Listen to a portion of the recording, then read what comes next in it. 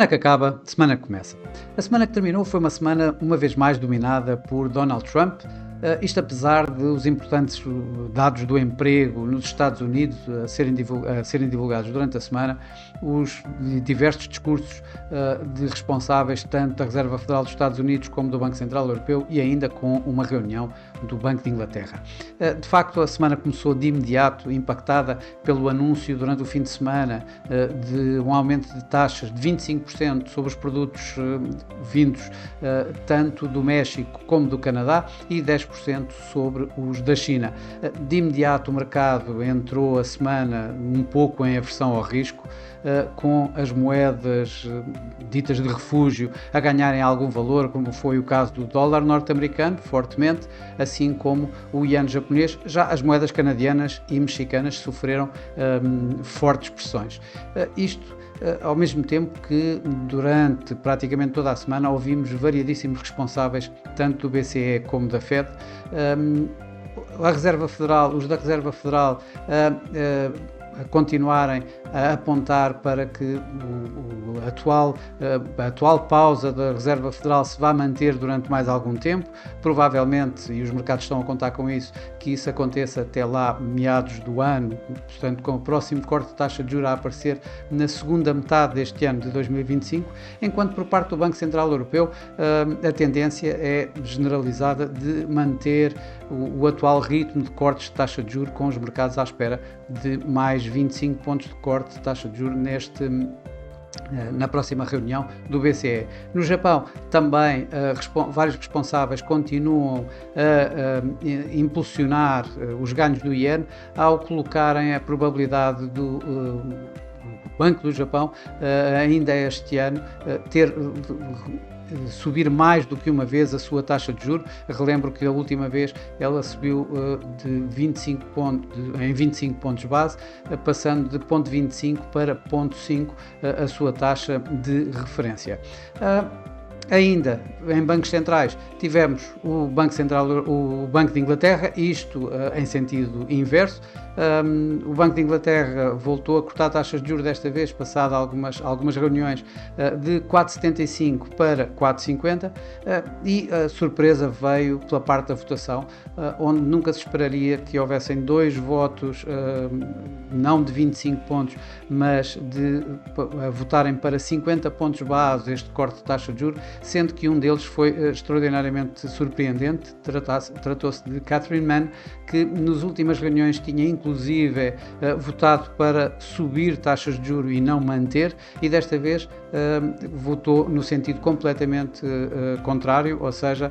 aumentar o ritmo de cortes de taxa de juros dos tais 25 para os 50 pontos base. Mas, de facto, em termos de agenda económica, o mercado estava a olhar principalmente para os Estados Unidos, isto apesar de termos os dados da inflação da Europa, que saíram em linha com o esperado. Aliás, já tínhamos tido os dados regionais anteriormente e, portanto, em tudo indicavam que assim o pudesse acontecer, e por isso, de facto, os mercados estavam a olhar principalmente para os dados nos Estados Unidos. Primeiro tivemos os dados de atividade económica da ISM, que, tal como na Europa, também acabaram por aumentar um pouco a atividade manufatureira e mostrar um recuo na atividade de serviços. Mas, de facto, foram os dados do emprego que mais tinham o relevo nos investidores, e eles acabaram por surpreender de alguma forma os mercados, embora de forma mista. Ou seja, os non-farm payrolls mostraram uma queda esperada, aliás, dos novos postos de trabalho, no aumento de postos de trabalho nos Estados Unidos para 143 mil no mês de janeiro, isto reduzindo dos 257 mil do mês anterior, que, atenção, foram revistos em alta. Estes números foram revistos em alta para mais de 300 mil novos postos de trabalho em janeiro. Também a surpreender aí pela positiva esteve a taxa de desemprego, que caiu inesperadamente de 4,1% para 4%. Nos resultados empresariais não houve grandes surpresas, no entanto, continuou, digamos, não foi por aqui que o mercado teve um grande impulso ou grandes pressões. As empresas mais importantes com mais probabilidades de agitar os mercados foram a Amazon e a Google, que estiveram longe de entusiasmar os mercados, tiveram resultados em linha com o esperado, embora desiludissem um pouco relativamente aos investimentos que continuam a apontar fazer para a inteligência artificial. No meio disto tudo, acabámos por ter um mercado acionista durante esta semana, também ele misto, com a Ásia entre ganhos e perdas, a Europa em ganhos e os Estados Unidos em perdas, um pouco por esta pressão também feita por Donald Trump relativamente às tarifas, nomeadamente no Canadá e no México. Na Ásia, o mercado chinês subiu, no entanto, o mercado japonês acabou por cair, com o Nikkei esta semana a perder 1,9%, isto muito pressionado, inclusive, por os ganhos do Yen, com o Yen bastante mais forte. Já na Europa, o Eurostock 50 voltou a fazer máximos e terminou a semana a ganhar um pouco abaixo de 1%, 0,8%, enquanto o SP 500 terminou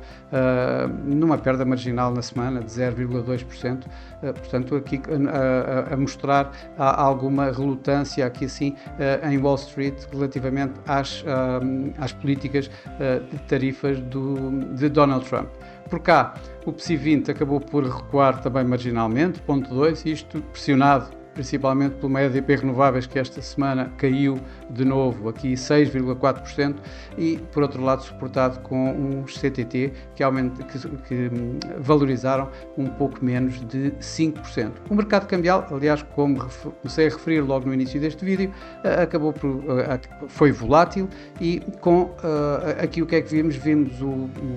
os ganhos iniciais na semana de imediato no dólar, o índice do dólar esteve perto de atingir os 110 e acabou por cair durante a semana conforme Donald Trump foi recuando nas suas tarifas e suspendeu mesmo as tarifas ao México e ao Canadá, mantendo apenas as do Yen.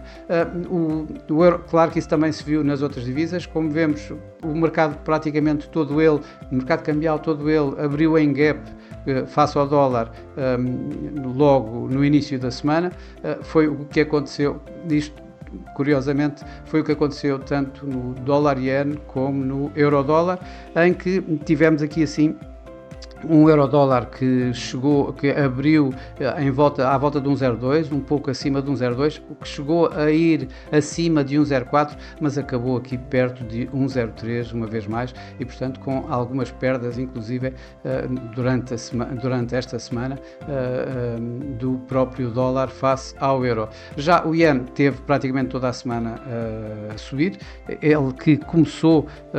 a semana à volta dos 155 ienes por dólar, mas terminou em torno aqui dos 151.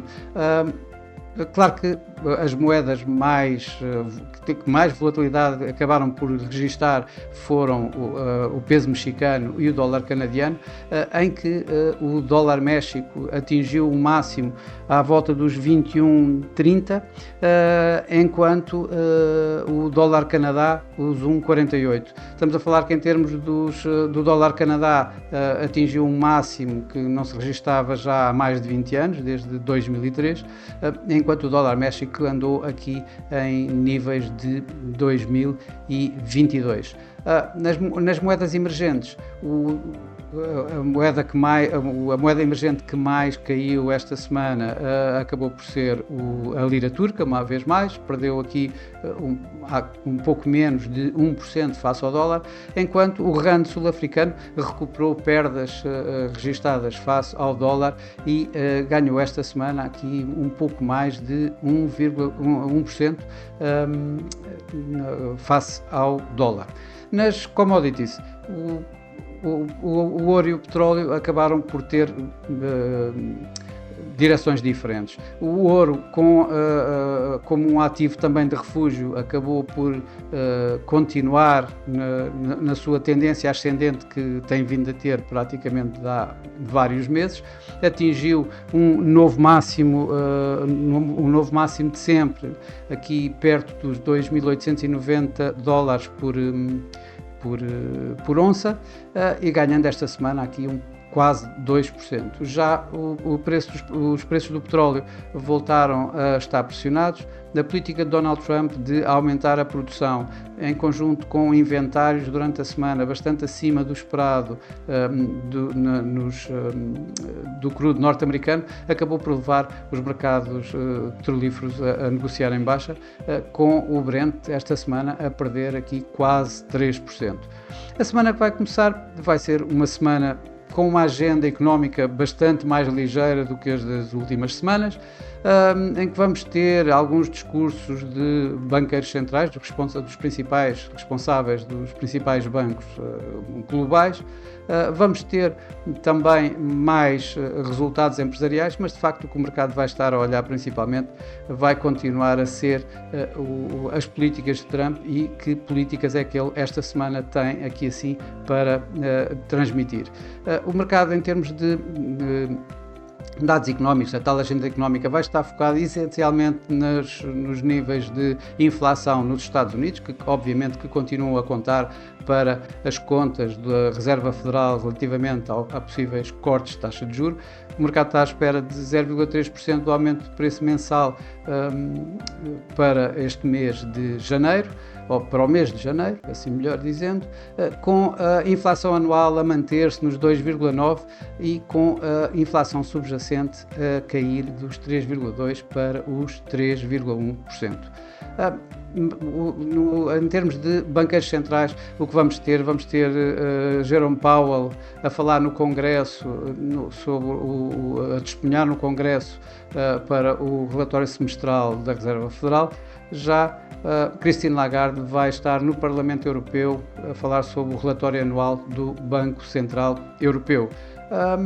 Mas de facto o que o mercado vai estar mesmo atento é a tudo o que sai da Casa Branca, nomeadamente relativamente a tarifas. A semana que terminou,